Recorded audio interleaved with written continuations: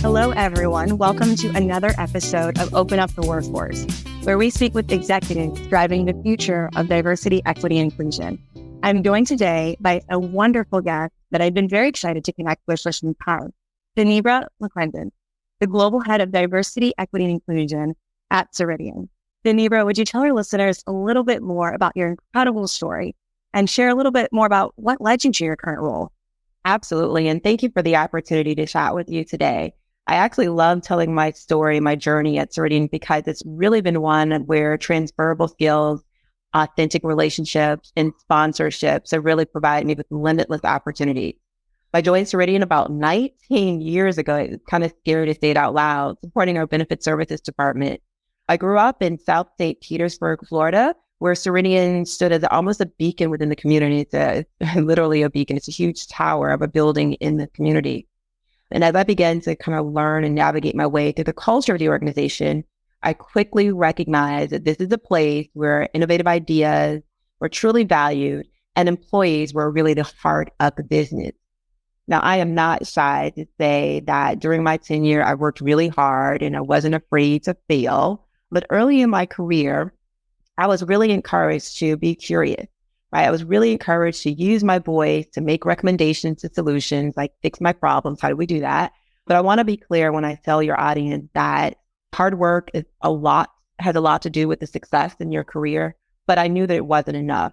I recognized that my success within the organization largely came because I have amazing sponsors and supporters throughout the organization, people who really believed in me and enough belief in me to expend some of their relationship currency to sponsor some of my shenanigan ideas.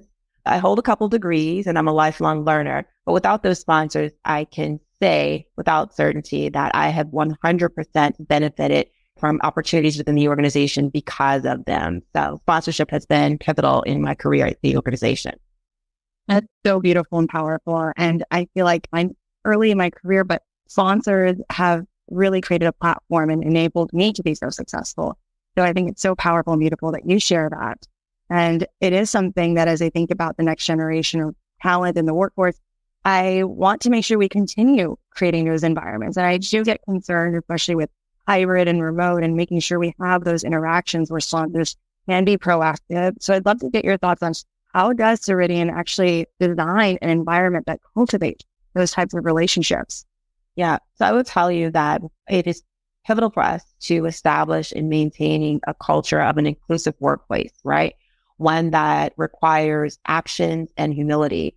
I will say that our biggest opportunity is to do so with intention. I think that's what most organizations may be challenged with intention.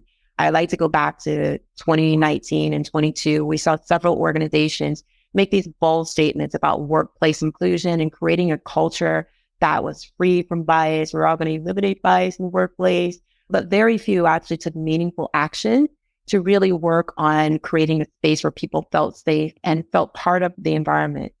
Very simply put, inclusion is a verb. It requires you to do something in order to make people feel like they belong, to feel like they are included.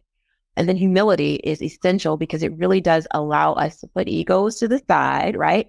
And lean into the process of learning from each other. I often tell people humility really does come down to knowing that it's okay to not know what you don't know, but it doesn't stop there, right? There's a responsibility that we have, and that is to be able to lean in and to learn from others, regardless of position of power or status.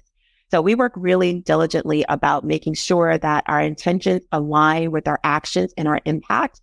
And that's really what I think makes Cerdian a differentiated leader in the space of workplace. Yeah, one thing you said that I'm going to hold on to is inclusion is a verb. Yes. I'm like, yes. I know we're not supposed to snap on a podcast because it's not good for audio, but that is so meaningful. I believe in that in so many ways. And humility is really essential, but sometimes it's harder to actually really influence the workforce and make sure that people have this tied to their actions. I'd love to learn a little bit more about Ceridian's Achieving Corporate Equity program and how it empowers high potential talent from underrepresented and underserved communities to rise within the organization.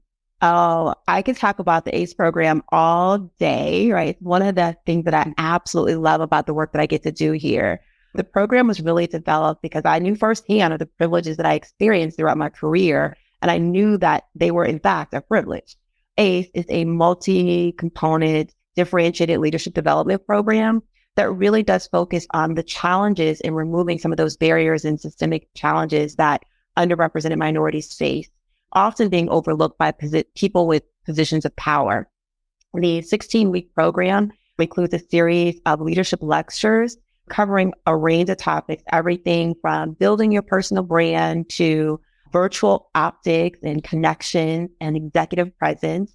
We do networking and negotiations. So we really want to develop the entire employee. ACE participants also complete a capstone project where they have an opportunity to earn executive sponsorship. You heard me say earlier that those sponsors that I had actually expended some of their relationship currency in helping me to amplify my careers. I believe that sponsorship is something that should be earned. But what makes our program really unique, besides the fact that we do take a differentiated leadership approach to inclusion, is our use of and leveraging the professional career coaching and the development pieces that we use with our licensed psychologists. We partner really closely with the licensed psychologists because we recognize that underrepresented minorities are often faced with unique challenges within the workplace and outside the workplace. It's really difficult for us to tell people to bring their whole selves to work when we're really not prepared to address those challenges that are going to face outside of the workplace. I work virtually. My workplace is my home.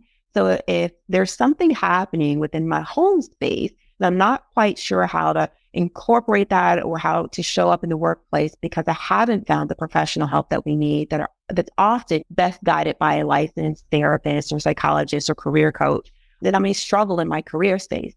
So we ground the program in equity. It's really about creating equitable opportunities. Equity is a core Ceridian value, and as leaders, we are obligated to create equitable opportunities for others. And this includes like every dimension of diversity. I say underrepresented minorities, but I want to be clear that it's not just limited to age, gender, sexual orientation, and race. It also includes things like ability status, those invisible diversities that we don't often see. So if a person feels as if they are part of an underrepresented or underserved group, we welcome them to apply to the cohort, and we will do our best to service them the best so that they can show up. It's our true investment in employees. As an incredible program. And when we were doing our research, that was one of the things we got really excited about, because at Symba, we really believe that these types of programs set people for success. And I think about myself joining the workforce. My parents never worked in that type of setting. So when I had questions or I wanted to learn more, it was kind of like I had to kind of figure it out myself, or had to ask a peer or a friend. And then I had to explain to my parents, this is my office right now. You cannot enter this place.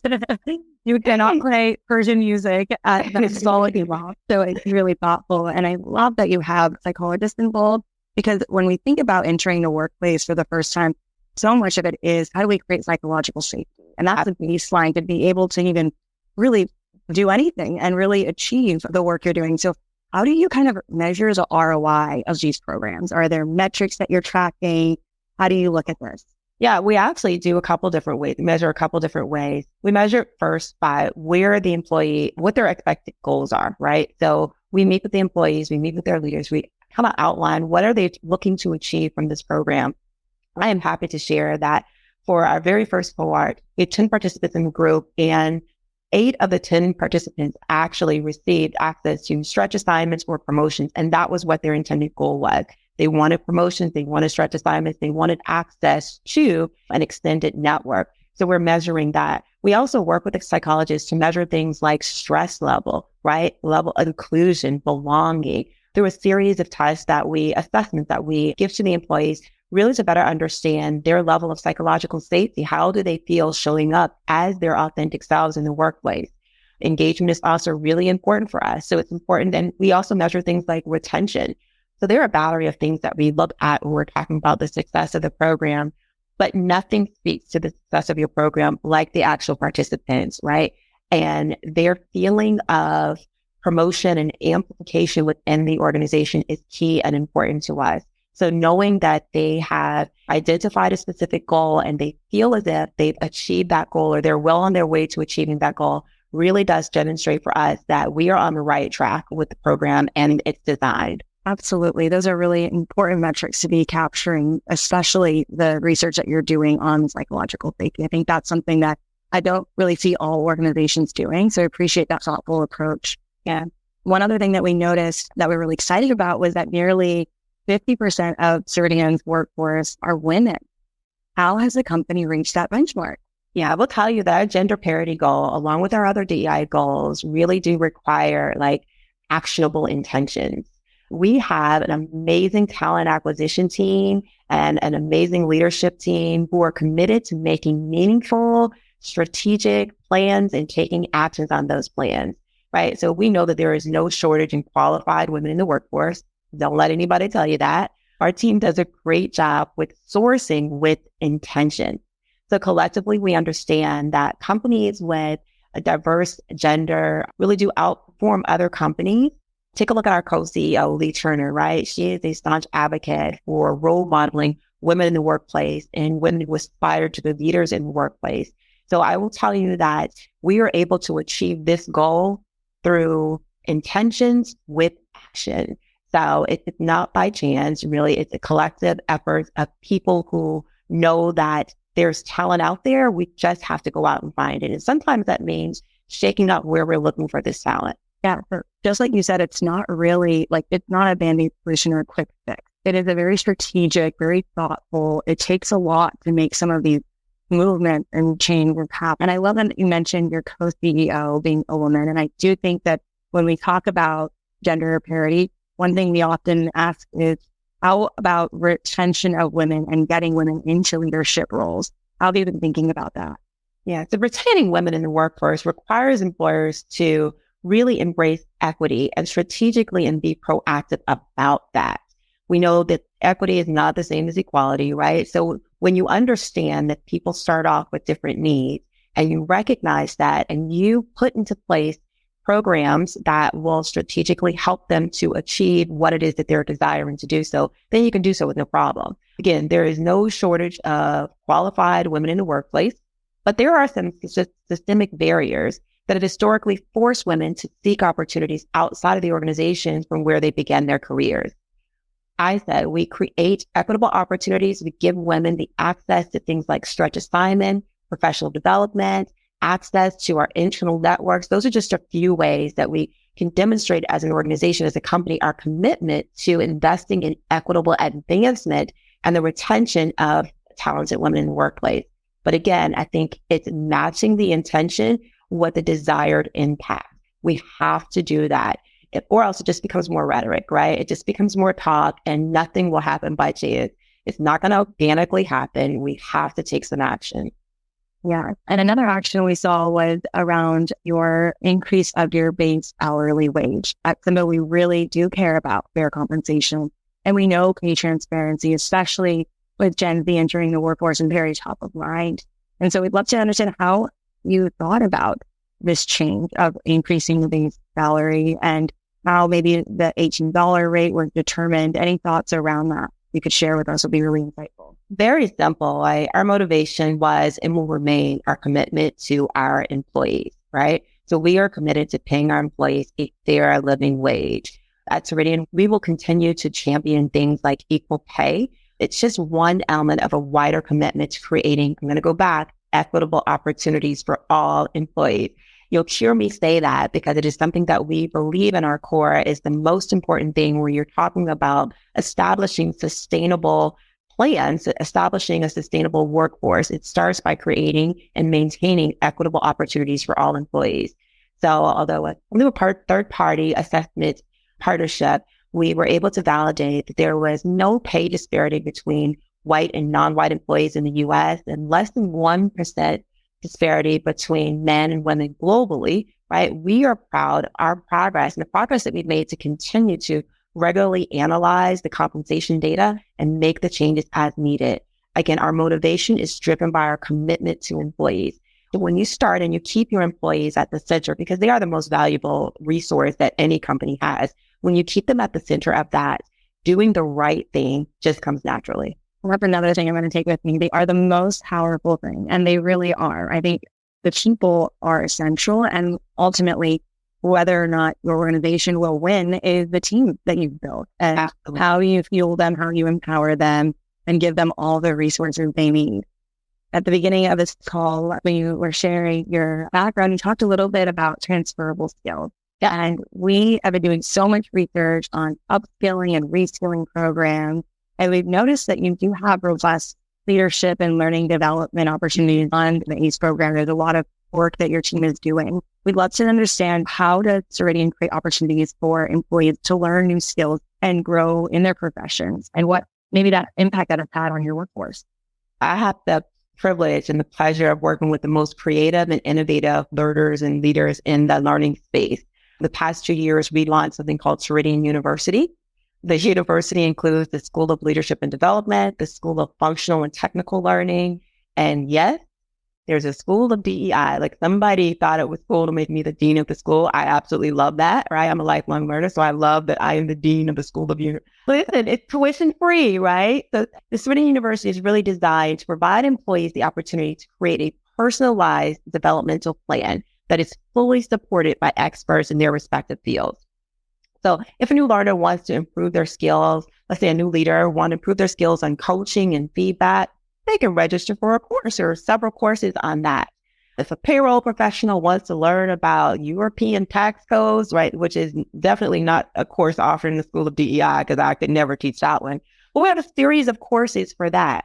Again, I am a lifelong learner, so I'm really proud of the investment that we've made in Ceridian University, and the overall impact has been immeasurable when you think about our level of engagement and retention.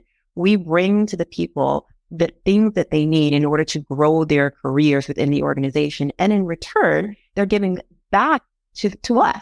They stay with us, they're more productive, they're more engaged, and we've developed a whole employee who really does become that back force, that force of the workforce that we need in order for us to continue to remain competitive and innovative and creative in the technology space. As Symba, something we call symbiotic relationships, right? Literally, that's our mission and what we believe so much. It is this symbiotic relationship where both people are growing and being able to participate. I love this idea of the Ceridian University. I absolutely love that you're the dean of the school. The dean, right? You're the dean. It's wonderful. I only give out A's and F's. If you participate, you get an A. If you don't, you fail. Like, I'm that one. So A's or F's, that's all. That's incredible. And one question I do have is, when we launch these kinds of initiatives, how do we get buy-in? So how do we make sure that deans are as charismatic and make time to participate like you do, and ensure that people are actually participating in these courses? I'd love to learn how you think about adoption. Yeah, that's just simple for me. Like, I rally the champions. There are champions in every organization, right? And your champions are going to be the ones to help you to get others on board. I am a cheerleader of them all, but I really understand that leveraging my champions at every level in the organization is key. So oftentimes people think, oh, if I can get my executive leadership board on board, then that's all I need. And that's not enough, right? You have to focus on that top down, bottoms up, middle management approach, because if we don't get champions at every single level, you're going to miss folks. Our middle line managers touch the most employees in the organization. So it's really important that we tap in and understand, how do we meet them where they need? I don't hold meetings that are super long, because I know my folks in operations, they're not going to give me 4 hours to sit through a session, right? So we have to be creative in how we meet people where they are, giving them exactly what they need so they can continue to be champions of our cause. There are good people in every organization. The key is to find them, to get them on board, and let them help you spread the message. So again, I think it's really important that we do top down, yes, bottoms up, but we cannot forget that middle line. Again, they're touching the most people in your organization, and they are going to be the key sweet spot for finding your champions within the organization. I couldn't agree more. When we actually launched Symba, we had not designed a manager experience. We had launched one for like the early career talent and one for like the admin. And then we quickly learned that, wow, the manager is so pivotal and key to the whole experience. And how do we empower and set them up for success? So I love that you are thinking about this holistically, not just on top down or bottoms up, but also that middle tier level. Yeah, my managers bring their teams to the sessions, right? And then they talk about the sessions afterwards. They bring their teams to the sessions because they are my champions. So I can touch an executive who may have 4 or 5 direct reports. I can touch an employee who's an individual contributor, or I make a bigger impact by connecting with the leaders, those mid managers who have teams of 50 or 60 folks. And now they're all on board and they're all sharing the message and we're all leaning into the learning session. So for me, I think it's really important that we don't concentrate on any one particular level, that we really do take a holistic view on where we're finding champions in the organization, tapping into them, and really allowing them the autonomy to take that message out to the organization. Yeah, that strengthens a team in a lot of ways. When you're able to kind of remove and learn about a new topic or segment, even with us at Symba, when our team kind of shifts gears to do something else, we bring the team together and we can have really cool, candid conversations that actually do make us more productive in the day-to-day operation. So it's really great that you share these examples. As I did my research, I also noticed some of the great work that you're doing about being very vocal about LGBTQ support year round, not just 1 month, year round. And I couldn't agree more and be more enthusiastic about this. So I'd love to learn, how does Ceridian support your LGBTQ plus community and employees and create an environment where they feel comfortable being their authentic selves at work? Yeah, I tell you again, one of the many hats that I get to wear at work is I am also the executive sponsor for our non-employee resource groups. We call them our unity groups. So our LGBTQ2 plus community refers to themselves as the Pride group. And it's really one of the most active groups that we have globally. I tasked the co-chairs of that group with one mission. And that mission is simple. Your job is to educate, celebrate, and create a space of inclusion so everyone can feel welcome. We know that no particular group will do well without allies. So we appreciate all of our resource allies, and we reinforce the fact that authentic allyship requires action, right? So authenticity is never optional. It is a requirement, and we have to hold each other accountable for that. So as we continue to build up our resource groups, as we continue to support our LGBTQ2 plus community, we recognize the importance of allies and allyship. We say anybody can join any group, but you really do need to show up beyond Pride Month. It's more than wearing a pin or a rainbow on a certain day, right? You really want to be an ally. It's how you show up and how you be disruptive, right, to some of the things that you're seeing in the space. When you find something that requires you to be disruptive, that you are brave enough to do so. And we encourage that. And it sounds like you are with those unity groups. And it's a wonderful approach. I'm glad to see that more organizations are rising up and hopefully investing more resources behind these initiatives too. Is something that I think we need more of. Yeah. And one thing that we noticed around your community efforts, and I know you mentioned that you saw the Ceridian Tower and you were excited about the organization. We saw that you donated recently $6 million to families in need. Can you tell us a little bit more about Ceridian Cares? Why is this important and what impact has it had? Yeah, Ceridian Cares is our way to unite our employees with our own communities. We started out as a charity because we really wanted to make sure that we gave employees an opportunity to give back to the places that they live, the places that they support, and it grew like unbelievably. It's grown globally as the company continues to expand. We really believe that we are empowered and we should be giving where we're living. So supporting our communities is really our way as employees of giving back. It's actually our way of showing up as true Ceridianites. It's our responsibility to do these things, not just for our coworkers internally, but like you said, when I grew up in the city, I saw Ceridian as this huge tower to speak in, and I couldn't wait to work there. Right. But I also knew that this is a community that I loved, and I wanted to figure out a way, how do we marry the two? Ceridian Cares gives us an opportunity to do that. So even our immediate communities, causes that we are passionate about outside of our communities. I attended a HBCU. I make charitable donations through Ceridian Cares to the college that I graduated from. So it really does give us a countless amount of opportunities to give back to things and to causes that we're truly passionate about. And we do so with collective action. So there may be 5 of us or 10 or 20. We're able to multiply those donations and those givings simply because we created this platform to do so as a whole. That's what great organizations do. They really think about the larger impact of the community and the organization. And I feel like being able to donate back to your HBCU, it makes you proud of where you work, right? I think it gives you an opportunity to really celebrate and feel good about the organization at large beyond the work that you contribute to.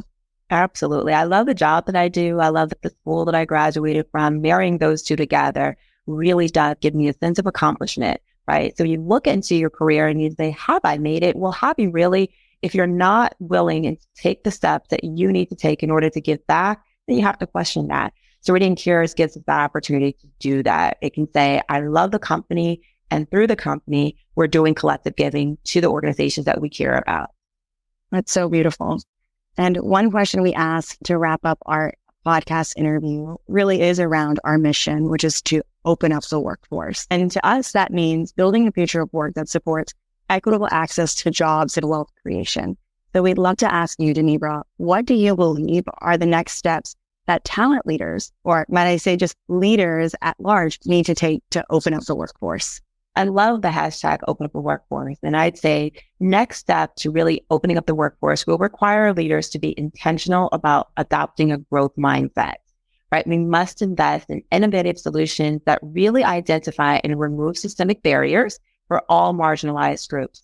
It means no longer being satisfied with that knee-jerk public statement that often fails to produce meaningful or sustainable results, right? It really does mean being proactive in creating psychologically safe spaces where authenticity is not optional. If you really want to open up the workforce, we will, again, marry our intentions with our desired impact and take action. So well said. I really appreciate all of that you do, and I'm amazed by how many initiatives that you are doing. It sounds like multiple jobs at once, but you are doing incredible work. Is there anything else, Donnebra, that you'd like to share with our listeners today? First of all, I want to thank you again for having me on. I absolutely appreciate the opportunity to talk with you. I'd leave your audience with this, that there is no shortage of talent out there, and there are lots of ways for leaders to be creative about creating equitable opportunities and building that robust, highly qualified, and diverse talent pipeline, right? My 3 suggestions are simple. Increase your cultural intelligence, lead with humility, and invest in your employees. That is an investment that you will always see a great return on. So I do thank you again for allowing me the opportunity to chat with you today. Thank you so much, Donnebra. This was incredible having you on. We appreciate it.